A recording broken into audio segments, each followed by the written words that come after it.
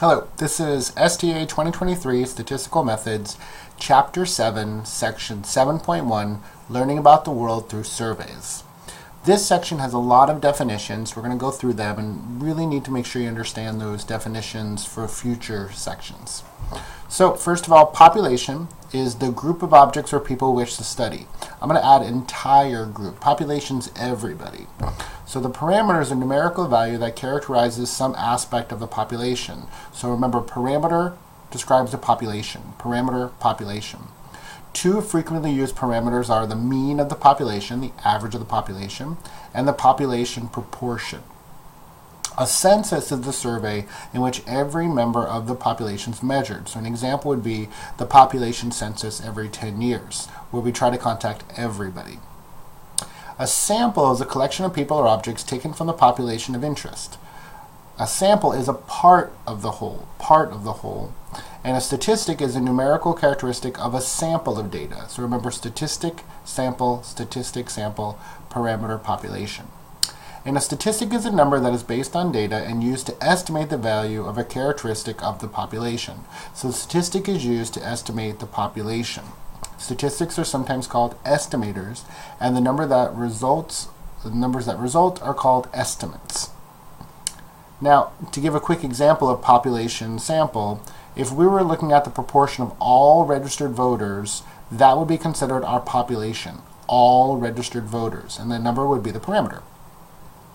If I was looking at 500 registered voters, that would be a sample of registered voters, and the number that describes it would be the statistic. Statistical inference is the art and science of drawing conclusions about a population on the basis of observing only a small subset of that population.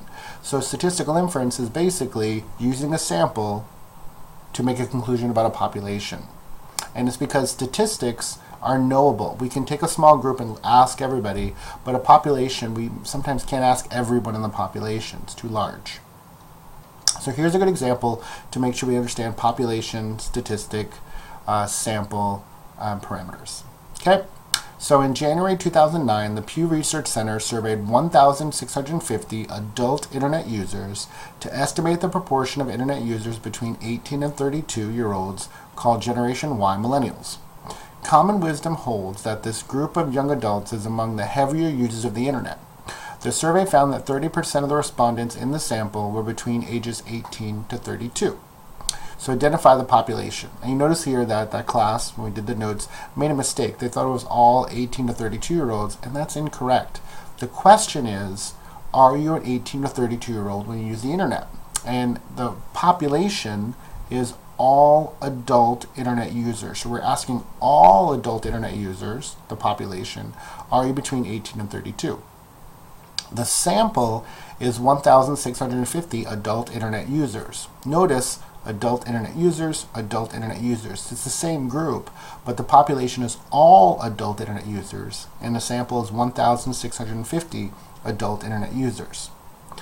The parameter, we don't know. They don't give us a number that describes all adult internet users, but they do give us a number that describes the sample. 30% of the sample, adult internet users, 1,650, were between 18 and 32. So the 30% is talking about the sample. That would be our statistic. Okay? Now we're going to talk a little bit about some symbols. Now, remember, population is the entire group. Sample is a part of the group. If we're talking about a parameter, or let's say the average of the population, we're going to use this symbol mu. But if we're talking about a sample mean, we use the symbol x bar. If we talk about the population standard deviation, we use this kind of like circle little hat on it, sigma, for population standard deviation. But for sample standard deviation, we use the letter S. And when we talk about a population proportion, we use the letter P. For sample proportion, we use P hat. Okay? Now we also have to be careful of bias. Bias is a tendency to produce untrue value. So there are three ways bias can enter a survey. For example, there's sampling bias. Sampling bias results from taking a sample that is not representative of the population. So basically asking the wrong group. If I wanted to talk about all college students, but I only asked one campus at 9 a.m., that's not representing all students. Then there's measurement bias. Measurement bias comes from asking questions that do not produce a true answer. So this is the question. Maybe the question has an issue. The question has an issue. Sampling bias, you're asking the wrong people. And then naturally biased. We all have natural biases, and we need to be aware of them, especially when we're taking surveys or asking for results. And then here are some examples, some websites of bad questions, and you can look at it and try to figure out what's wrong with it and why, but some good links to check out. Now, we also have to be aware of sampling bias. So one example is voluntary response sample. Voluntary response sample consists of people who choose themselves by responding to a general appeal. So it's when people voluntarily give out information. So a Facebook survey, a restaurant comment card, the TV show The Voice, people are calling in, even ratemyprofessor.com. People are willingly giving feedback. That is going to be biased. You're not getting everyone, you're only getting those that are willing to call in, willing to write, willing to give their feedback. So that'd be bias. There's also non-response sample. Non-response sample occurs when people selected to participate in a survey refuse to do so. And that's kind of like a telemarketer calling you and you hanging up. Okay? And when you read about a survey, it's important to know two things. What % of people were asked to participate and actually did, and whether the researcher chose people to participate in the survey or people themselves chose to participate. So did people willingly participate, or was everyone asked? And you got to be careful of bias. There's also convenience sampling. Convenience sampling chooses the easiest individuals to reach. For example, standing outside Valencia College, and as people walk by, you're asking them information, or just asking your friends. These are also biased. You're not capturing everybody, you're just capturing those that are most convenient. And again, that would not be good because you're trying to contact everybody. This is done all the time because it's fast, cheap, and gets you a bunch of results, but it's not the best and it doesn't represent everyone. So that leads us to the question of what would be best? Well, if you want to be random, we need to understand what random means. So what we're going to look at is simple random sample. So a simple random sample of size n consists of n individuals from the population chosen in such a way that n individuals have an equal chance of being selected. That's the question right there. That's the main part, is that everyone has an equal chance. So how do we make sure that everyone has an equal chance? If I was blindfolded or picked names out of a hat, does everyone actually have an equal chance? So one way to do that is through the table of random digits. So on the next page, we have the table of random digits. You'll notice that we have line 101 all the way to line 150. And basically, a computer spit out numbers randomly. It spit out 1, 9, 2, 2, 3, 9, 5, 0, 3, 4, 0, 5, 7, 5, 6, 2, 8, 7, 1, 3, da da da da da da.